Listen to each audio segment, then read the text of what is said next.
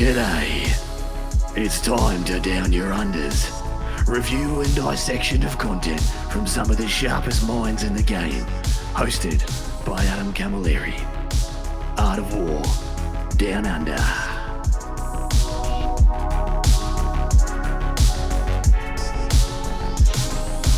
Hello, my lovelies, and welcome to another episode of Art of War Down Under, episode 238. I am joined by a gentleman who needs no introduction, from the whiz kid, the brains, the brainiac, the benefactus of StatCheck himself, Jeremy. How you doing, mate? I'm doing well. Benefactus, that's a new one. I'd like to think that I failed most of my hazardous checks the last week.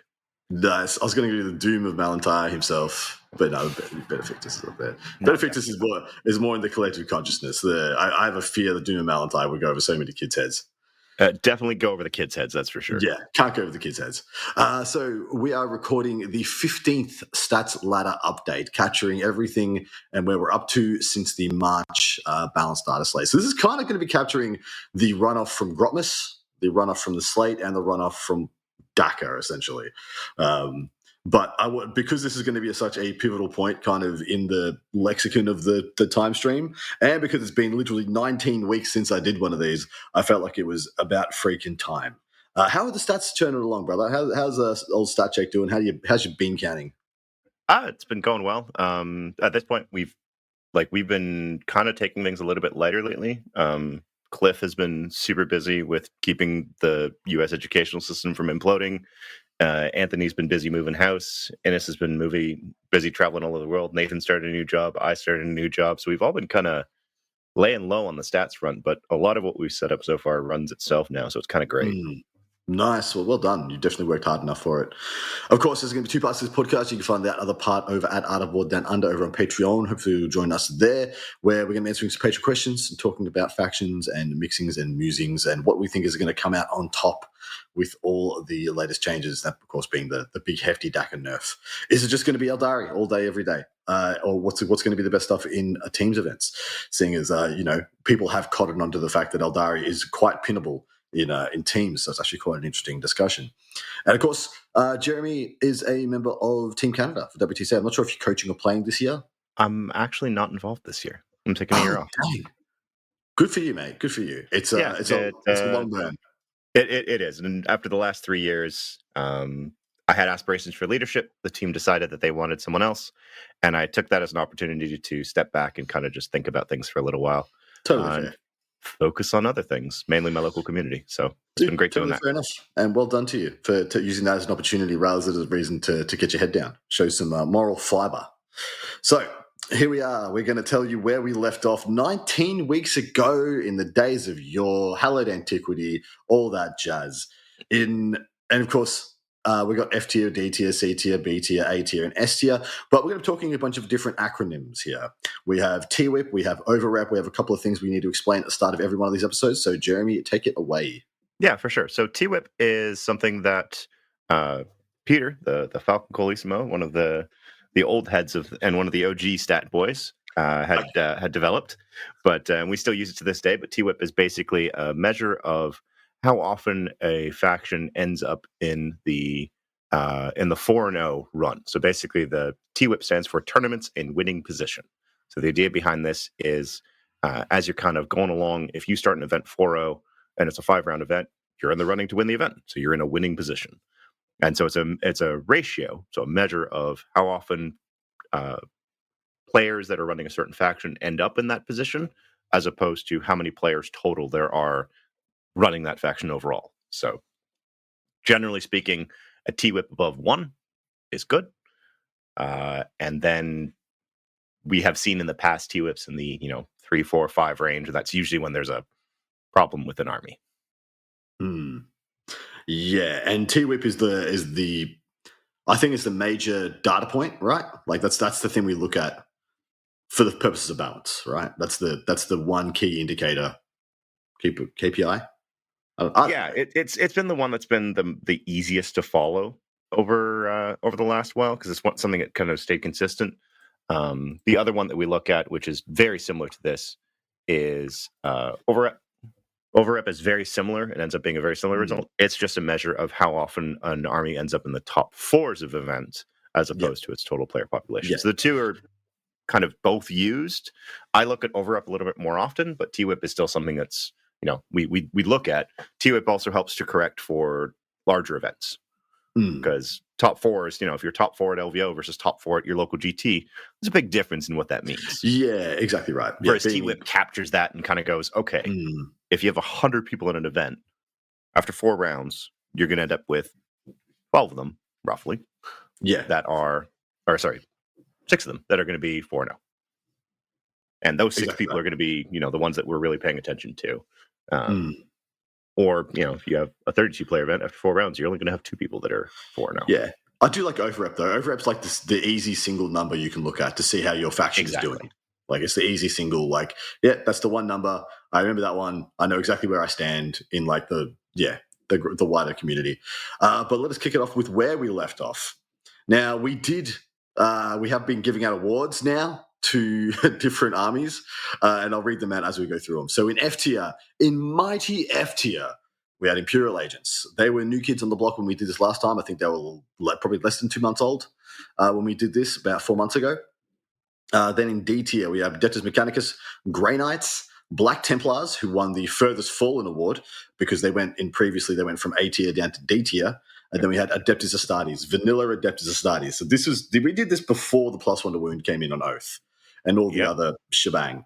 Then in C tier, we had Orcs. Lol, that's going to change. Imperial Knights, Eldari, Tau Empire, which is the most surprising award because it was the one where people assumed Tau was in a very good place, general community-wise, but the stats said that they were doing quite poorly. We had Space Wolves, and then we had Dark Angels directly above Space Wolves, meaning that the Dark Angels were the winners of the Lion and the Wolf award, because whichever one of those is higher wins that award. B tier, we had Votan, which had the biggest club award, meaning that they had the biggest win rate but lowest overrep. What did that mean, mate? Basically that means that like they're winning a lot of games, but they're generally not finishing highly at events, or they're not winning events for that matter. And that's kind of it's a bit of a touchy one for sure. And it's going to be interesting to see who gets that one this time. But Votan is going to be a very interesting one to talk about. We'll get to it. Drukhari are also in B tier, somehow hanging in their award.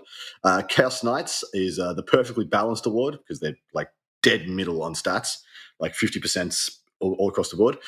Blood Angels, then Chaos Space Marines, Custodes, Demons, Tyranids, and T-Suns and World Eaters wrap out a big fat B tier.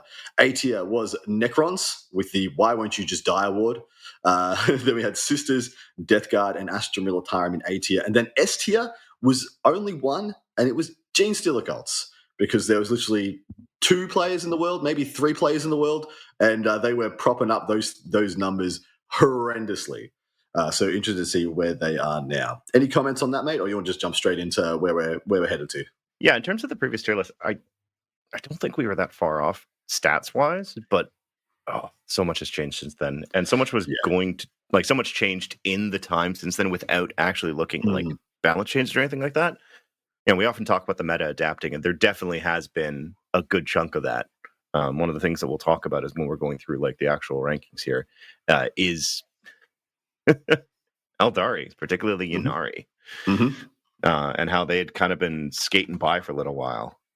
And, worried about how the pickup on that army was going to be, and woo, baby, we'll take a closer look at that later. But lots to unpack. I'm so interested in so many factions and where they land. Hope you guys are at home. Let's just jump straight in, mate. F tier, is anybody joining Imperial Agents? Is my assumption. Drukhari has joined them. Oh, they finally there was the last. Why Won't You Die is finally caught up to them, apparently. Okay, so they'll get the Actually Dead award. Yeah, they are just gone. Drukhari, they look how they massacred our boy award. Yeah, pretty much. Sky's got a lot to answer for. Yes. All right. Anything else in F tier, dude? Not really. Right That's now good. Not really. It's been kind of interesting going through this and kind of looking at it. It's like, is there anyone else that I would put in there? The answer is No, but maybe Thousand Suns is like right on the cusp of it. I was expecting Thousand to be in D tier, but yeah, fair enough. Yeah, like they're like numbers wise, they're like sitting right on the edge of where you could put them. Yeah, in terms and of the other what you consider. I don't think they're in F tier is because their team scores. I think their team scores. I think they're still a very, very solid teams army. Absolutely. So. If you have a specialist, I think they're a very good teams army. But like very much good pairings, and I think they pump up their numbers quite a bit. But tell us the Imperial Agents and Drakari like win rates and give us a bit of the insights. Yeah, so Imperial Agents, in the last basically 6 weeks, 7 weeks since we saw the March update, there's only been 6 players that have played them. So absolutely, they played a grand total of 30 games. And they've managed to win 11 of those. So they have a 36.7% win rate. However, they have managed a top 10 during this period. Outrageous. So they're not completely out. I do believe that top 10 was from like a 30-person event. So, oh, no, you take it. You take it, man. A win is a win in that sense. Absolutely. And Drakari is a much different story. Because Drakari, you have them in a position where like they are winning games. Like they have just double checking this here to make sure I have the right numbers here. But it looks like they have a 46% win rate right now. But they haven't managed a single top 4. Get off your ass, Scary. I mean, so lift. Scary's been too busy beating up on noobs at team events. Nice. Well, fair enough. All right, off to D tier. Thousand Suns looks like they are the first one to jump into D tier. Yeah, so Thousand Suns, they actually have a lower win rate than Drakari right now. Wild. They have a 43.8% win rate, but the big thing that differentiates them is on top of the teams. They're seeing similar play rate. Like I think there's been like one player more for Thousand Suns than for Drakari. But the big difference for them is that they're actually managing 2 podium events. They've had 2 top 4s. So with their very small player base, that puts them in over up a 0.94. So like they're performing right about where they should, even though their win rate's a little on the low end. Yeah, no, fair. What else is in D tier? Oh, this is where we start making people mad. Well, so I should have said this at the start. This is impartial, impassionate, non-emotional, stats-based ladder. Purely. It is 100%. It is not intended to, like, my goal here is not to antagonize. No, exactly. This is purely off the stats, guys. So don't get angry at us. Get angry at yourselves. If your faction's doing bad, it's more your fault than ours. Get good, in other words. Yeah, I love ribbing people. Anyway, what's next in D tier and how are we pissing people off? Next in D tier is going to be, I will have to say, the Adeptus Mechanicus. Not surprising. No, they have been struggling for a while now. I also feel like the meta has gotten a lot more punishing to just infantry in general. Like it feels like very much so. It feels like any army, like even just like maybe people are just bringing like triple ballistas, triple vindicator, and like scraping 30, 40 admech bodies a turn, and it's kind of nuts. Well, and it's also like if they're running that, you can't chew through the 2-ups. Exactly right. Yeah. Even if they weren't scooping, yeah, exactly right. You're winning them on 5s at absolute best with your better weapons, unless they're Balistari. Yeah. All right. What is it next after Admech? So this is where things get kind of interesting because I think you could argue whether people are sitting in C right now or whether they're sitting in D. Yep. And so I'm going to kind of say these could be either way. Like they could be sitting on either A or D. And this is where things get kind of interesting because I'm definitely going to make some people. Things are going to be kind of weird here.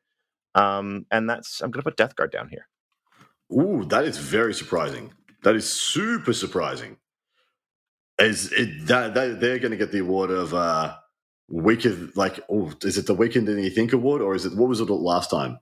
It was the most surprising versus community impression. That's where we go. Yeah, so like they haven't won an event. this block.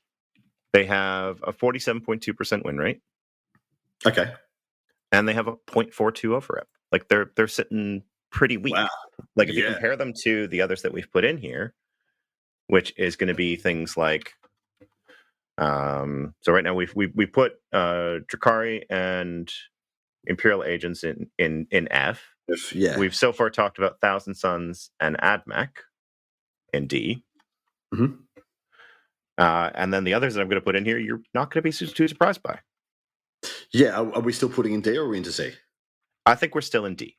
Okay. Yeah. And that's because if we start going into C, we're going to run out of those in like the A and B category real fast. Yeah. So, well, are you describing Death Guard as a gatekeeper? Like they are the perennial 3 and 2er, and never any better.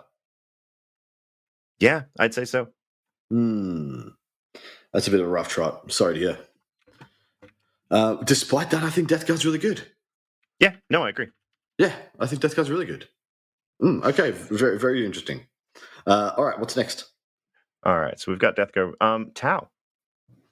So still sticking in D. Were they still sticking in D here? Yeah, we're kind of continuing these armies are like Tau is struggling. Tau is a 43% win rate.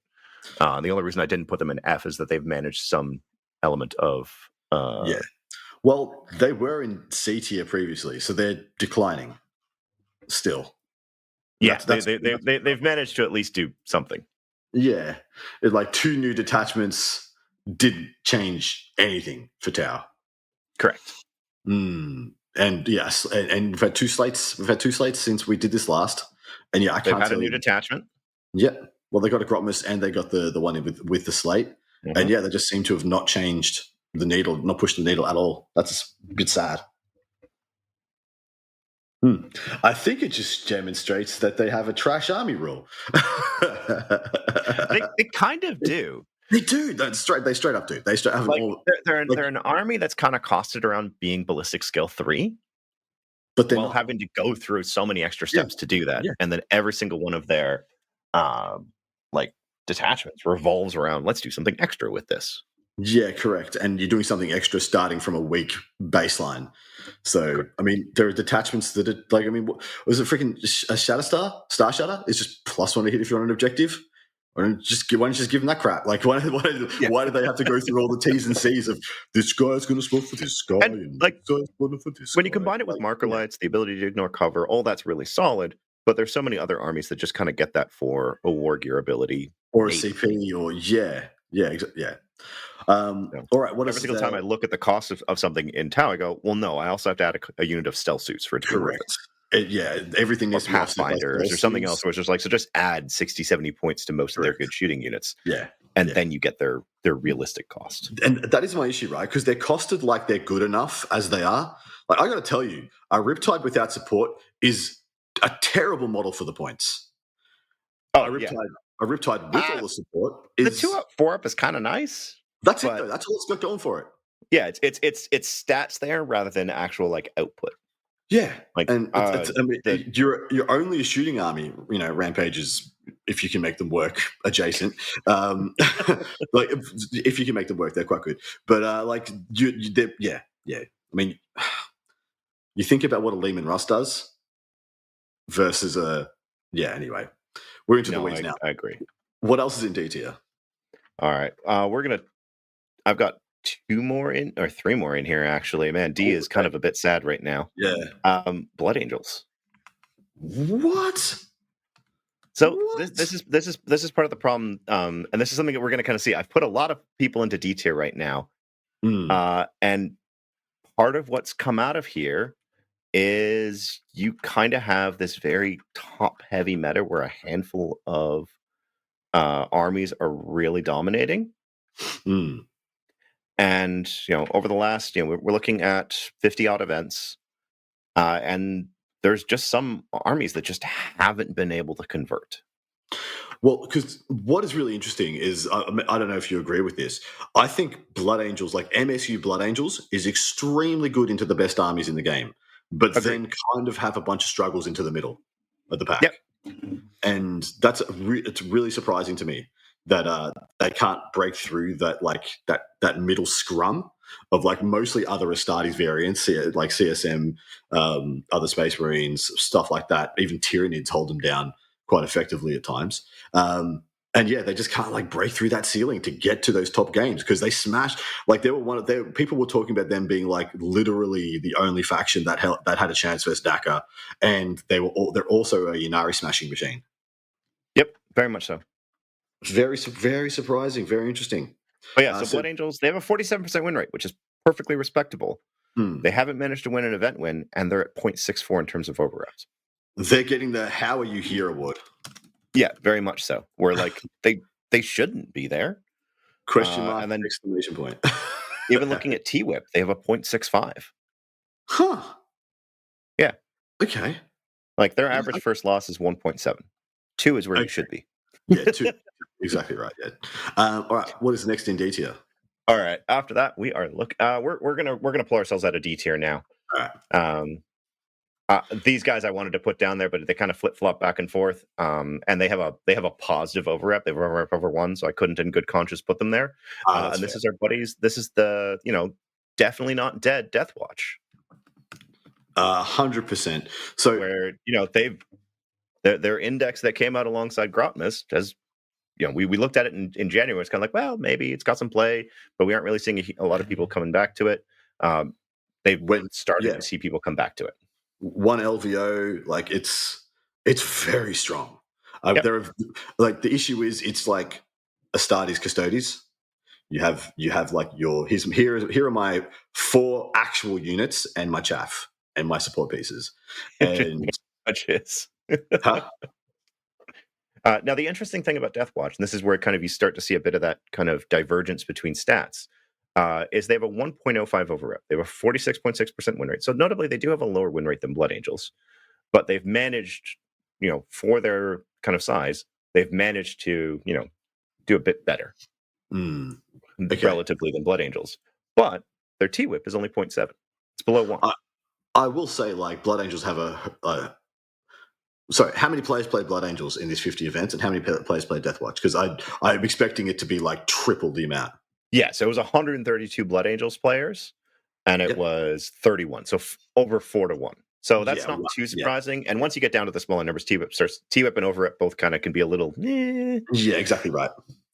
Because you get to the stage where one faction specialist can like just pump up a whole faction. Correct. Mark Hurdle finally stops running 3 Land Raiders and says, "Hey, let's show people how things are done." Well, like, I mean, you win LVO, you just go meme out for a bit, everyone does. He was memeing beforehand, then he decided he wanted to win it. He totally was memeing. All right, what else is in CTO? We've got my boys, the Short Kings, the Leagues of Votan. Okay. This is an army that has been kind of just... I almost want to call the B tier just because they've just kind of been always sitting at that, like, mid-range. They've always been hovering around 50%, always hovering around 1 on win rate, always hovering very close to 1 on T-Whip. But they haven't won any events this edition, or this patch that we're looking at. Oh, they just did, didn't they? Which one? In Germany, which seemed to be the only nation that makes Votan. Apparently. Superstar. Let me go double check to make sure I have that in here. I might actually be missing it. I know a thing Jeremy didn't. There's a possibility. And that's the thing. When I was looking at this, I'm pretty sure Votan did win something, didn't they? Yeah, they did. Yeah, it was like a 90-something player event. It was the barn. It was the Schlappenkloppen barn bash. Yeah, yeah. I said it perfectly. You don't say anything. It was fine. No, yeah, they did win it. Oh no, I know why. From looking at it, that event did not include DACA. Okay. Yeah. Fair enough. Which is why I don't have it included here, because fair enough. We're talking about everything that includes DACA right now. Includes DACA. Yeah, fair. Yeah. All right. So there is definitely going to be some stuff that is a little bit different than that, because that was right around the time when DACA was being included or not included. Yeah. Correct. And there's even some events here where people like TOs just said no DACA.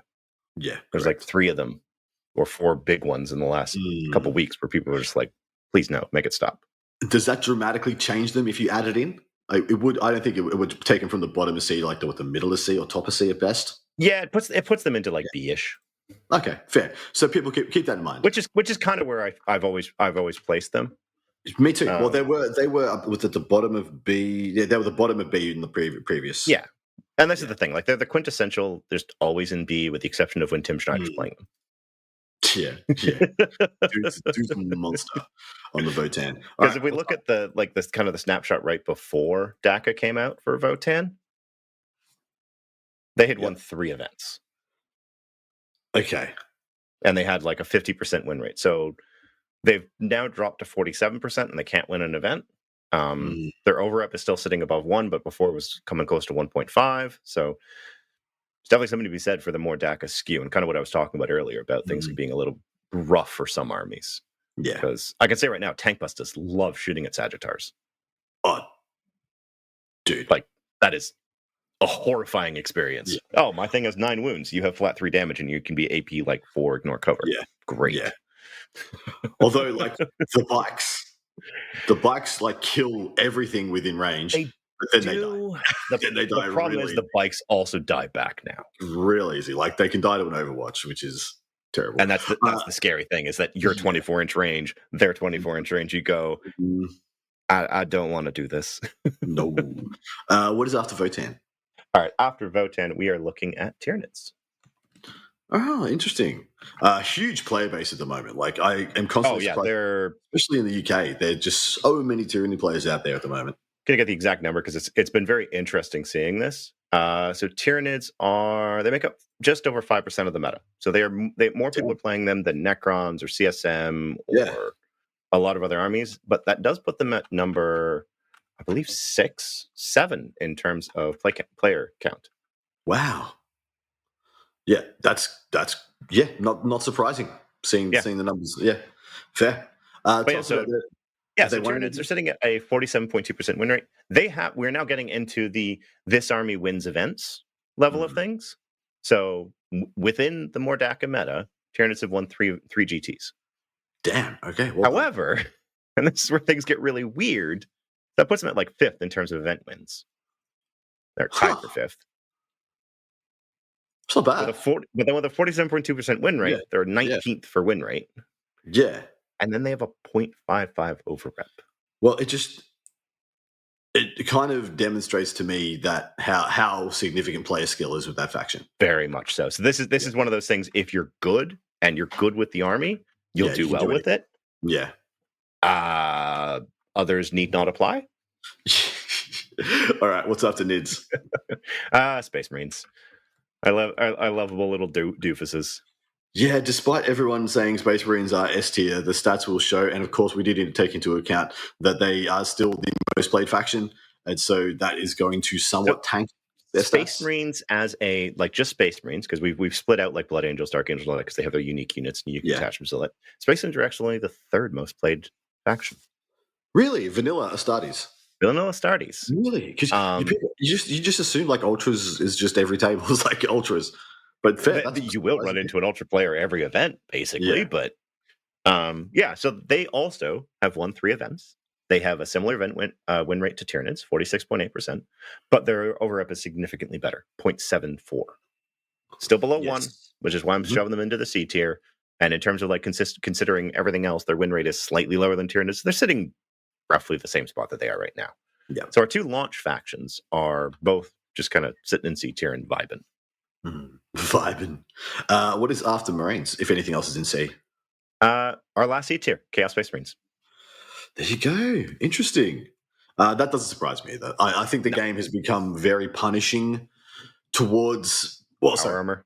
Power armor, yeah. Especially like relatively high-costed 3-wound power armor. You kind of getting... Yeah, all the ones in the starties as well, all the Gravis Marines have kind of been pushed out. I mean, you barely ever see a unit of 6 Inceptors anymore.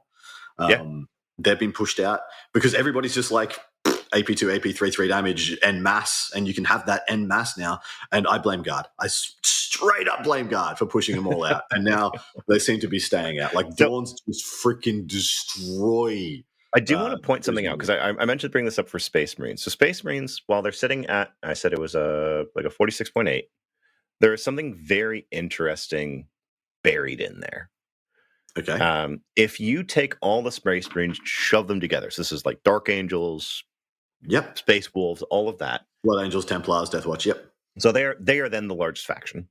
They have a 47.9% win rate, but Stormlance has a 60% win rate with over 200 games played. Huh. Yeah, okay. And this is split out fairly evenly among Ultramarines, Dark Angels, and Space Wolves. Okay. That is very surprising. And then Gladius is still sitting at like a solid 50%, and then everything else is below it. Perfectly balanced. What, you're telling me the Angel Siege Force and the First Company Task, they haven't caught fire yet? No. First Company Task Force is actually sitting exactly at the average of 47.8, so we're fine with that. How? I don't know. It's only 23 games, so it's a like that's 4 people that and 3 very brave individuals who figured out who ran into nothing but like custodies and said, "How about you fail a battle shock test and lose 3 models?" They are the real champions of the Imperium. Very much so. Absolutely. Yeah. All right. So that was just something that was kind of interesting. And like people often talk about like Space Marines like the super faction in terms of like including everything. But yeah, I thought that was pretty interesting. Yeah, like Gladius is the most played of them all. It makes up a quarter of all Space Marines. Okay, so we are just doing a quick count of how many factions we had in the bottom half. Last time we had 11, and now we have 12. And just to recap, for the first 3 tiers, in F tier we have Imperial Agents and Drakari. In D tier we have Thousand Sons, Admech, Death Guard, getting our most surprising Worst Community Impressions Award. Tau, and then Blood Angels with the How Are You Here award. Then Death Watch, Votan, Tyranids, Space Marines, and Chaos Space Marines in C tier, man. So what is the first or the bottom of B?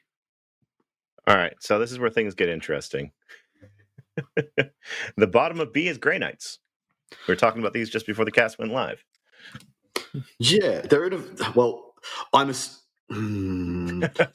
are we? So is your stats since the slate, since they lost the indirect on the Bergs? Yes. Yeah. So I would not have been surprised to see them maybe at the top of B, but I wouldn't have had them in A previously. But that's fair enough. They're still just like, and they're still really good. Perfect example of this is especially in teams. So if you look at what the USA player Ruben Zhao did at at Pyra recently, where he just said, "I don't need indirect. I'm just going to kill you. I'm going to play 6 DKs and they're all going to reroll and you're going to die." Yeah, it turns out 6 NDKs with full rerolls to hit is terrifying. Yeah, it turns out 36, like 10, 2, 3 ignore cover shots with rerolls to hit. Kind of just tables everything. Remember what I said about 3 wound Marines? 3 damage? Yeah, we were talking. In a terrible place. Yeah. And AP2 ignore covers, the same as AP3. Let's go. Correct. Exactly right. And yeah. So 51.7% win rate for them. They have managed a single event win, and they have an over of 0.7. So this is why like they're sitting right in the same range as like CSM, Tyranids, Space Marines, just slightly above, and they're above that 50% win rate. If we come across the perfectly balanced, like this is like the middle point of the meta faction, you let me know if we cross that already. There are a handful of them that I could probably give that to that we're going to talk about shortly. Okay. Grey Knights are very close to it. Our next one, World Eaters, is actually one of the ones that I would kind of put in there. So our second B tier entry. Interesting. 47.9% win rate, so like just shy of 50. Yeah. They've managed 2 event wins, and they have a 0.94 over rep. So the one I'm always interested in World Eaters is average first loss. Yeah, that's a fun one. All right, let me pull that up real quick. World Eaters. We are looking at their average first loss is 1.76. So it's I'm gonna go 1.6.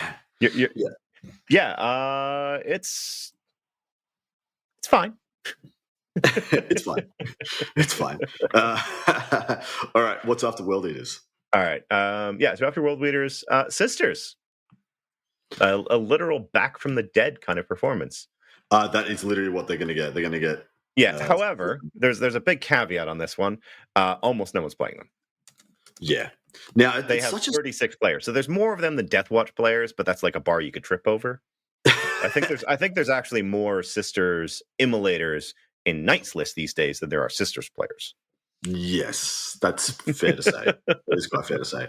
But dude, yeah, sisters. Like, I'm surprised that there hasn't been a move back to sisters I think since one of the the change, problems because they're is back to so the being change pretty in the good. slate reverted a lot of the Miracle Dice nerfs that they had Yeah, taken, and also reduced the cost on a bunch of their melee units that had been just overpriced, even when the annihilate. original points came out Yeah, yeah, for the Codex back in May.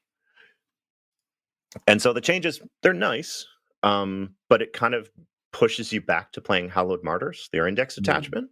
yeah, And so anyone who has been playing Sisters in the past, kind of like, do I want to go back to playing that again? Or do I just want to play another faction that I've picked up yeah. since they got That's punted true. into the That's sun in true. January? Yeah, I mean the Grotmas detachment, the one all about the Sacrosancts, is pretty good, but Hallowed Martyrs is better. So Yeah, the Sacrosanct one is cool, it's but cool. that's about as much as I can say about it. I wish they had a walk through wall strat for Paragons in that detachment. GW, hook me up. No. You lose it if Morgan Vile joins you, and then yes. Deal. Deal. I will take that because I would just want to run 3x3 Paragons with no Val, no Vol, and be able to yeet them through walls with +2 move and +1 ballistic skill and weapon skill. Yeah, straight up. Vol going through walls with +2 move. No. We're not letting that happen. No. Vol has been meta skewing enough over this edition. Oh, already. absolutely. But yes, they have a 47.5% win rate. They haven't won an event, but they do have a 1.4 over rep because of how small. Well, this is because of how small their sample size is. Of the 36 players, 3 of them have managed to hit a top 4. Dang. Okay. Well, So, good job to them. Yeah, and that's the thing. Like, the few players that are still playing them are doing quite well. It just shows the dedicated people who like the sisters through and through players getting great results with them. So well done to them for sticking fat. Exactly. What's after sisters? All right. So B tier is quite large, unsurprising. No. So the next round of them is Chaos Knights. Ooh, okay. I think Chaos Knights are ranked 9th in win rate. They have a 50.7 win rate. They haven't won a single event, so they're the two that are not the 2 in B tier or higher, or 2 of the 3 in B tier or higher that have not won an event in this DACA meta. But they've managed a 0.95 over rep and a 50.7 win rate. So despite having kind of a event wins, they're doing okay. Nice. Are they still like the perfectly balanced as all things should be? Yeah, very much so. Okay, fair enough. And I also wouldn't put them as the club either, because their win rate is solid and their over rep is solid, so they're not just being left behind. They're going to be the 2-time perfectly balanced. Hell yeah! All right. What comes after CK? Dark Angels. Oh, dang it! Spaceballs are going to win this I one. realize what this means.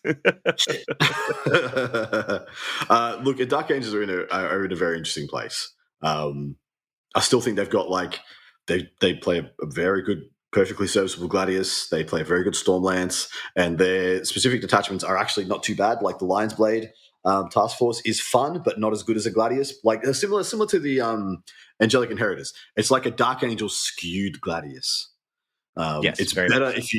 if you go very hard into the Dark Angels units. It can be almost as good as a Gladius, or you could just take a variety of Marines good stuff, and then you're like, why am I playing Ultras? Yeah. So it's it doesn't feel great, but that's because we're both Dark Angels. All right, what comes after the DA? So after is Custodes. Fair enough. Well, they were in B tier previously, and they're in B tier now, and they're pretty much in the same spot that they were. So they stayed static. Yeah. So this is one of these things: 49.6% win rate, 2 event wins, but only a 0.77 over rep. So they're getting close to that club ranking. Yeah. Do you have the stats of how they did when Solar Spearhead was its zenith at its peak? So before that, yeah, I can pull that up real fast. I can tell you that. I'm curious to see what Solar Spearhead cost them, like what their trough has been since that change. Yeah. So if we look back, just kind of one step further back, Custodes were sitting at a 52.3% win rate, but they also hadn't. Oh, nope. Give me a second. I love that we get to hear the cogs in motion. I really it's trying to ask me to do something live is always a challenge. Yeah, sorry, it's my fault. Yeah, so the last kind of major one, which was with Gord and Eldari having just come out, And we were looking at, if I remember correctly, about looking for the large one here. Yeah, so about 6,000 games total between all of the like armies that were being played then. And Custodes were looking at a 51.6% win rate. They had 1-2 event wins, but they had a 1.4 overrep. So their overrep has been slashed in half. Yee, wow, okay. That's wild. And it's interesting because this is with Lions being added in. And Lions is actually quite the fun detachment to play. It's very strong. Pretty, like, in my opinion, the best non-named characters in the game are in that detachment. Yeah. No, 100%. Yeah. I mean, they're not as good as you just double up on any of your 1s per games. It gets pretty good. Oh, yeah. Yeah. And they've just got the best enhancements. They got 3 of the 5 best enhancements in the game in the same detachment. 10 points for that damage enhancement. What the hell are they thinking? Like, you would pay 30. They're like, you pay 30 in the other Custodes detachment for the exact same thing. Exact same thing. That you can put on a vehicle. Anyways. Silly. All right, what's after Stodes? Genestealer cults.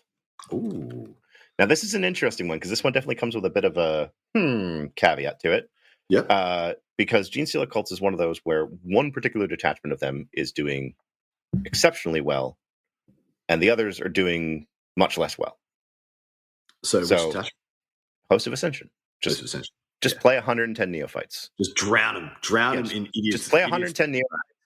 And if you're anything like Innis, which none of us are, let's be honest, you will end the game having lost fewer models than your opponent. Disgusting. So the breakdown for this is where things get interesting. So Genestealer cults is a 53.3% win rate, which makes them 5th in terms of win rate. Wow, okay. But Host of Ascension, which makes up about half of their player base, has a 62% win rate. Shit, okay. And then Final Day and Biosanctic, which make up the other half, have a 47% win rate. Wow. Okay. So you kind of look at that and you go, huh. What a drop. What an absolute... And this is after they nerfed specifically Host in the March update. Because they hit every single one. The only change that the GSC got was, those 20-man neophyte breaks that you love taking 5 of, they cost 15 points each. 15 points more each. Yeah. And so you're out, I think Innis's list basically had to drop a unit of pure strains just to keep the 110 neos intact. Yeah, because that's the whole archetype. The whole archetype is like... Yeah, it's a doom drop after a doom drop, and then some of that cycles back, and by that point, your opponent's back is usually broken. Yeah. All right. What's after GC? We've got our big stumpy boys, the Imperial Knights. And this is kind of the top of B, bottom of A, depending on how you do it. I'll actually say that this is our first A. Okay. So before we numbers, that kind of makes the most sense. Before we run out of B, what's our perfectly balanced? I want to say Dark Angels. Yeah, because there's 3 or 4 that could take this, and Dark Angels is the one that's the closest on those metrics. 48.6% win rate. They've managed to win events, and they have a 1.04 overrep. And have we gone past our biggest club award yet? Oh, that's a good one. Biggest clubs is kind of a tough one because you're looking at kind of win rates, and then you're looking at comparing it to their overrep. The one that probably has the biggest difference there is probably Custodes right now. Okay, fascinating. You could say them or CSM, but Custodes have a bit of a higher win rate and have won more they've won the same number of events actually. So you could say Custodes or CSM, depending on whether you're an Imperium or a Chaos Stan. Do you have a dice close by? I do. 4 up, baby. 4 up is Custodes. 1, 2, 3 CSM. That was a 6. It's staying with Custodes. All right. Yeah. Sorry, CSM. I like calling Custodes players big clubs. Anyway. Me too. Or big crutches. What is the 4 up crutch? 4 up crutch, baby. Either the Feel No Pain or the all right. What's after? Sorry, let's talk about Imperial Knights because this is Imperial Knights. They have the second highest win rate right now. How? They have a 55.1% win rate. They have won 2 events, and they have a 0.83 overrep. So they are struggling a little bit to convert. So they're kind of a bit of a mid-table or upper-table bully. Yep. But that does put them solidly in the A tier in terms of they are top. They're ranking in the top end for almost everything except for their event wins. I have to say it right now. The Chaos Knight players are being outdogged. The hogs very much so changed. Seeing 14 armigers on the table and just kind of going, huh? Yeah, And Well, it's that's the cute. it's the inverse of Chaos Knights, where it's like Chaos Knights are going to kill you and thereby win the game. Imperial Knights are going to like outlive you and win the game. Yeah, they'll also yeah. kill you because having master Yeah, artisans on they- every single one of those 14 and armigers is and real they nice. legitimately have one of the best strats in the game, which is like 1 CP plus Plus one strength. strength, plus one AP, plus and if I know some reason your warlord happened to die at some point, plus one damage. Yes, and then you got the immolator in there, so they're essentially plus 2 AP because they ignore cover as well. And so big problem. All right, what is after the mighty Imperial Knights? We've got the guard. Their demise has definitely been over exaggerated after Breachhead got taken out back. I still argue Breachhead is very serviceable. Still, it's not the world ender it was, and it shouldn't have been. It's still solid. It's very good. It won't kill. Probably one of the best guard players in Canada, John Winter Russell, recently took it to All His Dust, and he took one that was more of a teams variant on it. It was more designed to hunt like infantry and light mech lists, and then he paired into a whole lot of mech, so he ended up 4-2. Yeah, but even then, it was just like it just scores well. It does. It scores extremely well, and you'll kill anything that isn't a tank in like 2 turns. Yep. And then even tanks you'll sometimes kill when they're on objectives. For sure. And it's not like you can't take like a couple of Rogal Dawns in that list as well if you want to. Exactly. Yeah. So guard, their win rate's a little bit on the lower end, 49.3%. So 6% lower than Knights, but they've managed 3 event wins and they have a 1.26 over rep. Yeah, and I also want to shout out that the UK scene is like really holding up. So guard is better on UK TC terrain than it is on GW. Oh, without a doubt. Without a doubt. And over there, people are able to do things with guard that isn't really replicatable over here. I've seen a lot of people try and take UKTC guard lists on the WTC boards we usually play in Australia, and it just doesn't translate. Like, you just need to go so much more infantry heavy on the other terrain formats, which is why I keep telling people, like, don't throw out Bridgehead. Like, no, don't throw out Bridgehead. It's better on these boards than like the combined arms is a lot of the times. Especially better than the freaking Hammer of the Emperor. Hammer of the Emperor does not freaking function on WTC. Does not do diddly squat. It's such a struggle street. All right, what is after guard? And I'm speaking about that as a guard player, so yeah. Necrons, that which is dead can never die. Necrons, can we just get these guys out of freaking A tier? Like, how many like breakdowns in a row are they in A tier? Okay, they're getting the why are you still we need that number from you, Adam. Is how many of the 15 or however many we've done this edition are they at that top end? I can literally go back and look. In part 2, I'm going to go back and look because I denote it in so people don't know. I'm a bit of a nerd, and every single episode I've ever done, all 238 of them have their own run sheet with all the patron questions listed, all that stuff, and then all the faction ladders listed. So I've got 15 denoted faction ladders of things, and I'm going to go back and see how many of 10th edition have had Necrons in A tier or better, and it's going to be like 12 out of 15. I feel like off the cup. What's your prediction? Give me a number. So you said we've had 15? Yeah, this is the 15th one. But this is the 15th one since I started doing the show. So there's going to be like 4 or 5 for 10th edition. So on that case, I'm going to guess. I'm going to guess that they of however many that ends up having done that we've done of 10th, they've missed it once at most. That's exactly what I said as well. Yeah, if I've done 5, it's 4 out of 5. If I've done 4, it's 3 out of 4. Yeah. Because I remember there was that little window where Canoptic was bad, and people hadn't quite figured out how to play Hypercrypt yet. Yeah. And I reckon if I did one in there, that's the one they might miss. But anyway, what's after the Crons? Actually, sorry, tell us about the Cron stats. Yes, the Crons, 52.5% win rate. They're 7th in terms of win rate. They've got 2 events wins, which is, par for the course with a lot of the A and Bs in here. They're sitting at 2 or 3 event wins. And they've got a 1.56 over rep, which is why I've put them above the guard for despite the guard having more events won. How annoyed was everybody out there? I'm just gonna ask when like they finally like put the death knell in like the DDA points and the Star Shatter, and then we're like, oh yay, we get to not be tabled by Necrons now, and then they pivot straight into Awakened Dynasty, and you're like, yay, I get to play against Necrons and not remove a single squad now. I get to play against the Immortal Warrior Brick all over again, make it stop. Such fun, yay! Yeah. Anyway, what's after Crons? Demons. Yeah.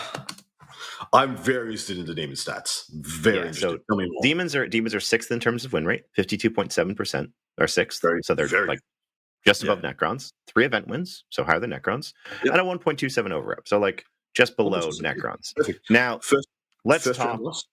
First round loss for demons is that 2.19. Dang. Okay, so they are one of the highest. Yeah, that's good. And then, but in terms of T-Whip, they're also sitting just above a 1. They're at 1.18, which in the grand scheme of everything else right now is actually quite respectable. Now, this is also one of those things where the detachment matters a lot. Yeah. So let's talk about demons detachments. So what do you want to guess is the most successful Chaos Demons detachment? Scintillating Legion. No. Dang it. Oh, it would have been the funniest one. Scintillating Legion is actually number 4 of 6. I wanted to try so much because it would have been the funniest one. It would have been. The most successful Legion, however, is the Plague Legion. Plague Legion, yeah. That's the logical one. By a hair. Because right below them is Shadow Legion, something that we were gifted just a few weeks ago. And I bet you Shadow Legion overtakes it. I fully expect it will. It's already overtaken like the Index Detachment Daemonic Incursion in terms of raw players. And well, I got to tell you, like, of all the detachments in the game and all the armies in the game, getting the right balance in your Shadow Legions is really hard. Like, is it 2 ACDC? Is it 1 ACDC and a unit of Crushers, or 1 ACDC and a super unit of Screamers? Is it 3 units of Dogs or 2 units of Dogs and 2 units of Min Screamers? Do you There's have so many options. No Burning Chariot. Do you have freaking Soul Grinders? Do you have Havocs? Do not. I'm telling you right now, I was wrong. Havoc's no good. Just Havocs are great. Nah. Everything that I've heard and I've experienced playing against them, Havocs have been disappointing. I'm going to do this to you once. What's the last team event you won where your Legion player was playing Havocs? We won't pay attention to who was playing that army. Last team event I won, the detachment didn't exist. So yeah, it's fine. I think Havocs, along with the Havocs are probably the most polarizing unit in that army right now. Yeah. You have players that swear by them. You have players that think they're utter dog shit, but you don't really have anyone in between. No, you don't. Yeah, and I'm firmly on one fence, and I already told you about that. Yeah. All I know is every time I've played against them, they score 12 hits and kill my land fort, and I get very sad. I've played against them twice. I got shot by them once. They did nothing, and I killed them. Yeah. And then the guy who was playing it was like in that event ended up being like, yeah, these are terrible. They killed a Rhino. They killed a Sagittar. Yeah. Most of the time that is the story that I hear about them. And you just have people who like, no, they're like the best thing ever because I have no other good shooting otherwise. It's true. That's right. You kind of like, and then that in my mind is the sunk cost fallacy part of it, where you're like, they're the only shooting we have, so we're priced into taking it. Why take shooting? That's what I say. I say, why take shooting? Why not lean the other way? You can get shooting adjacent things with like Screamer flyovers or Crusher charges or stuff like that. Anyway. Yep. What's after demons? We've got Eldari. Eldari are lower, but I'm very keen to hear the stats. Eldari are 4th in win rate, so 53.5% win rate. They have managed 5 event wins, which is the second highest. Mm-hmm. And they have a 1.19 overrep, which is like, they're 7th in terms of overrep, 2nd in terms of event wins, and 4th in terms of win rate out of the 27 factions we're looking at. Like, they're just solid. And they make me very, very angry. What's the Inari? Yeah, exactly. You've already you beat me to that. So I'm going to say right now, Aspect Host, which is their second most played detachment, and makes up about a quarter of their player base, has a 51.1% win rate. Sounds awesome. Devoted of Yin'Yad, which makes up half of their player base. Let me guess. I was going to say it's 10% better. 61.4%, 10.3% better. Nailed it. That is an army that needs addressing. it It needs a lot. Like, They have the best army. They have the best attachment rule in the game. They have the worst enhancements in the game, but it doesn't matter. Who cares? Like, genuinely, who cares? Their Gives a stratagem crap. suite and their army rule are just beautiful. Yeah, ridiculous. And ridiculous. Anytime someone asks me, like, what's the problem with Devoted Unit of Ynnari? They break the game rules. It's the same thing that always happens whenever a t-shirt or a t-shirt army gets too good. It's just like, you just don't interact with them in the way that you would with a normal army. Well, the thing is, right, because of the psychological damage playing against it does to you, I've played against Ynnari like 10 times now, and I will have 2 turns of the game with like a marine army, a shooting marine army, where I make a choice to not have a shooting phase. Because I don't want that unit that I've lined up a charge into, or that unit that I've that is going to then demolish my backline. I don't want that moving. Correct. I have to flip your objective to get Storm Hostile and take points off you. I cannot do that if I shoot something dead. Yep. I immediately fail in my endeavor. And you're just like, this is the worst. This is trash. I paid so many points for guns in this list. I have 3 Vindicators that have targets. I can't shoot them. Funny is watching 2 teams in a row get given the choice of taking Plaguestorm Death Guard or GSC Host for their Ynnari player, and their Ynnari player just sweating. Love it. They deserve it. Oh, 100%. But yeah, no, it's, you bring Yniad in line with. I think the simplest change is we're kind of vamping, but is make lethal intent flat 6 or flat 7. Yeah, not a move. Yeah, not their moving characteristic. Or at a minimum, make it so you can't +2 move it as well. Oh, dude, what the hell? And make it like infantry only or non-vehicle.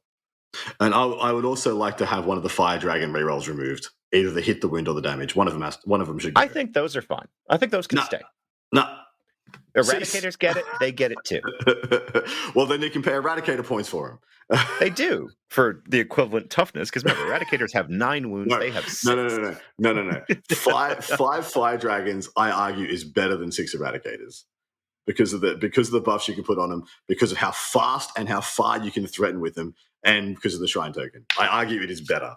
Maybe. They also don't get to do it in Overwatch. So, anyone who's listening to this, if your opponent's Fire Dragons are rerolling in Overwatch, be aware. Oh, nice. Good to know. It's only during their shooting phase they can do that. So they also can't do it on the shoot back with Ynnari. Ooh, with Ynnari. Good to know. I bet you there's many. Oh, shit, I might have been caught out by that. Ynnari, great at breaking the rules of the game. Also great at just not being consistent with everything else. So I'm not going to I'm not going to win any people over here. But I would love it if they gave Harlequins like a third of the love they gave Ynnari every freaking edition since their inception. Honestly, it'd be great. Ghost of the Webway. You want to take a guess what their win rate is? 40%. Lower. Oh no. Yep. 60 games, and they have a 37.5% win rate. I like that detachment though. It's just you don't have unit. You do not have unit diversity. Like you don't have. That's basically it. Like the Harlequins as like an identity have been abandoned for 2 editions now. Yeah, they don't have enough units to have a good matchup into enough stuff. Or like you have the problem of Voidweaver spam from last edition. Yeah, well, that's because they don't have unit diversity. So there's no step up, step down. They're like, okay, they have 1 gunboat. All right, if we make it good, I think its current rule is awesome and I think it's good as well. But you can only take 3 of them, and they're very squishy. Yep. Yeah, they have 24-inch range, and they can't be shot outside of 18. So, all right, what's after Eldari? We've got 2 left. We've got the last of the A tier, which is Space Wolves. God damn it! Yeah, unfortunately, they definitely win the line versus the Wolf by a They're long killing shot us, here. dude. They have a 54.5% win rate. They are the 3rd in terms of win rate. Wow. They've only won 2 events, but they have a 1.68 over it, which was the 2nd. Yeah, the over-rep is going to be wild. And their first loss... Yes. It's going to be like 1.8 or 2.3 or something? 2.33. Oh, bam! They are one of only 2 armies that have a T-Whip above 2 as well. They have a 2.14. That pretty much delineates like the top of A and S tier is that number. Because you'll have a lot of... Like you could probably argue that these guys are like on the cusp of being S tier. Yeah. But there's one above There the rest. is one which is above. so obvious. Here it comes. And It's then, Orcs. we've got Orcs with a Yeah. 58.4% win rate. Don't look too closely at the detachments, which makes them first. They've won 10 events, which is more than the next 3 combined, or Well, the because same as the next 3 combined. You said we're tracking 50 events, right? Yeah, so they've won Some of 20% of the events. Some of which didn't allow DACA, Correct. right? And this... Yep. Oh, it's oh, they're totally fine. Let's not nerf them. And then they have a 2.12 overrep and a 2.19 T-whip. Jeez. First round loss? 3? 2.46. It's hard to break like 2.53. It's very hard to break. However, give me 1 second. Exactly I'm right. going to do something real quick with this data that I have here because I do have something that I can do that I'm curious what happens when you just look at more DACA. Okay. Oh no. Oh yeah. Oh yeah. So the whole point of this episode was to just point out how stupid this was and how stupid it was going to continue to be. And every now and then, like pretty much every edition, Orcs get this, right? In 8th edition, they had this, where they had the... Yeah, in 8th edition, we had the infamous... it was the souped-up shock attack gun and the 2 shoot-twice strats that they had. Correct. Showing off, and I can't remember the other one. Yeah, they had pretty much the triple shooting looter unit. Then in 9th edition, of course, they had the buggies. And now they had more DACA in this one. And you kind of could give them another one as well, because Unnerved Bully Boys was going to be up there. But it wasn't a shooting army, at least. Yeah, they nerfed that one. It was just an army that just refused to die and killed you horribly. Yeah, correct. All right, give us the dumbness. I'm pulling this out right now because I've got to pull out the ones that people would be playing right now. So I got to pull out Tactical and I got to pull out Warhorde. Yep. All right, once we've done that, Orcs jumped to a 2.76 first loss and a 2.82 T-whip. So only Light Harleys at the zenith of their power was better than that. Yeah, I think Light Harleys was like a 3.1 or something. T-whip. It was painful. So Orcs, more DACA right now, have a 63.7% win rate. Oh, so wait, was that better than... Yeah, Ynnari was the same, yeah? Ynnari was 61.4. Okay, so you got like 2 points on them, and then like if you look at it, the only... I'm actually just going to pull this out because this makes things a lot easier. Move that field. Yeah, so right now there are... That's not real. There is only one detachment that has a higher win rate that has more than like 10 games played, and that's Chaos Cult. But oh, really? Okay, yeah. Yeah, Chaos Cult is one of those. There's like 2 people in the world that play it at any decent level, and they just don't lose games. Like they've had 20 games played, and they've won 14 of them. But Mordaka has a 63.7. Host of Ascension has a 62.0, and Devoted of Yniad has a 61.4. And they're all and Host of Ascension is being played at like a quarter of the rate of Devoted or Mordaka. And then, we talked about it earlier. Stormlance. 59.9%, 60% win rate. Fascinating. Those are kind of the 4 that are like really vying for the best faction in the game right now. Obviously, Mordaka is going to drop off precipitously with those changes. I still expect it to be sitting around 50%, but it won't be, this level. But Host of Ascension and Devoted saw no changes last week.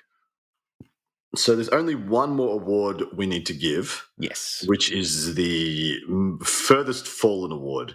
And that is going to go to Death Guard, who were formerly in A tier and now in the B tier.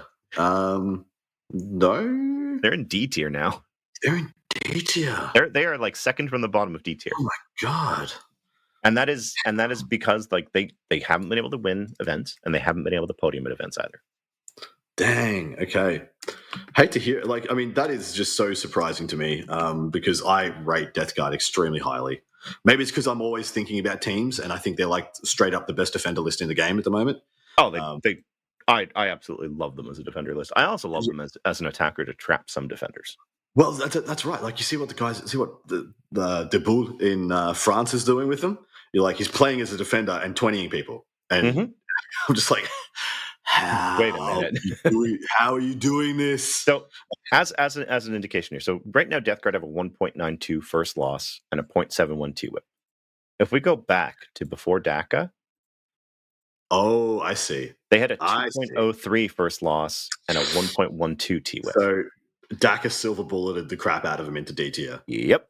And Yep. this is the thing. Like it was one of those pairings that we at the team that I was at last weekend or the weekend before, we needed to avoid for our Death Guard player because we knew that it was just going to be horrible for them until we first defended with them on Purge and handed her the Fortress of Solitude table where Daka couldn't interact. If they don't have Nurglings, they can't avoid Zodrog. They lose. Yep. Game's over. Yep. If they do have Nurglings, it doesn't really matter. You can't get over the halfway point of the board. Zodrog just stages and does it on turn 2, and you're still not moving fast enough to break out of that cordon. And any vehicle you show, or even Terminators you show, just die. Annihilated. Yeah, the Terminators just blow up. Yeah. Look at this. You've got a whole bunch of 3-wound models that don't have access to like armor contempt or anything like that. And sure, you can stealth them, but I don't care about stealth as the orc player. And it's not like they have forward feeling their pains like Wardens do to once per game just decide to try and live. Yeah, try to live by the force. No. Yeah. And -1 to wound, but they can't have that with the Termisorc. Yeah. Okay. Yeah. So Death Guard are going to bounce right back up. Yeah. I hope to see that. That's starting this weekend, basically. All right. That is the end of our updated tier list for the post-March MFM and Slate and Daka and all those other good things with Grotmas rolled in and all that lovely stuff. First one we've done in 19 months. So, just a bit, almost 5 months, wildly. And I am sorry about that. I'll do them more regularly. But the updated tier list stands as thus. F tier, Imperial Agents and Drakari, which is the Look How They Massacred Our Boy award. D tier is Thousand Suns and Admech, then Death Guard with the Furthest Fallen award, then Tau, and then Blood Angels with the How Are You Here award. A question mark, exclamation point. C tier has Deathwatch, Votan, Tyranids, Space Marines, and Chaos Space Marines. And then B tier is Grey Knights, World Eaters, Sisters of Battle with the Back from the Dead award. Then Dark Angels with the Perfectly Balanced, as all things should be. Custodies with the Big Club award. And then Gene Stealer Cults. And then A tier is Imperial Knights, Astra Militarum, Necrons, with the Why Are You Still Here award. Please go away from A tier. And then Demons, Eldari, Space Wolves, which are the winners of the Lion of the Wolf award. Babao for myself and Jeremy. And then S tier is Orcs to 0 people's surprise. So that is how things stand right now. And how long do you reckon we should do it? I reckon 2 months and we should do another one. Yeah. I think, they've now previewed that we're going to have new missions sometime soon. Well, they've also previewed we're going to have a bunch of new codexes as well. Yeah. So like World Eaters and Death Guard. Well, and we're going to have Emperor's Children finally in the mix. Exactly right. Yeah, we'll actually get because the pre-orders went live today, so officially out in 2 weeks. Yeah, so like basically the first week of May, we're going to start seeing EC results, and that army we've had a lot of time to cook. Some people definitely overcooked with that army, but I think it's going to be very, very interesting when it hits. It's very interesting. I see it as an army that has ridiculously green greens and some very red reds, like super red reds. Like they just can't negotiate transports. Like if you play transport heavy, I feel like you just have a great game. That's not true. Yeah. Oh, good. I'm happy to hear. Noise Marines are a hell of a data sheet when in obviously you're not just like open mouthed running your transports out and being like, like a transport behind a wall is just a problem. Yeah, that's fair. But that is going to wrap us up for this part 1. We're going to go over and record part 2. We're going to answer some patron questions and some stat stuff. And then we're going to have a crack at predicting what we think this thing is going to look like. At least the top couple of tiers. We're going to do BA and S tier for what we think it's going to look like in 2 months. And then we're going to revisit how we did in 2 months. So, my man, thank you so much again for coming on. Please feel free to plug your wares. Tell people where they can find some more of your juicy statness. Yeah, for sure. So most of your listeners at this point probably know me more as Curie than as Jeremy, but go and check us out at StatCheck. That's stat-check.com. We run the metadata dashboard there, which is updated every couple of weeks now since life has gotten a little insane for all of us. But it's a great way to just kind of get a snapshot of where the meta's at, deep dive a little bit to look at how your faction's doing, maybe understand a little bit more about what's making the meta tick.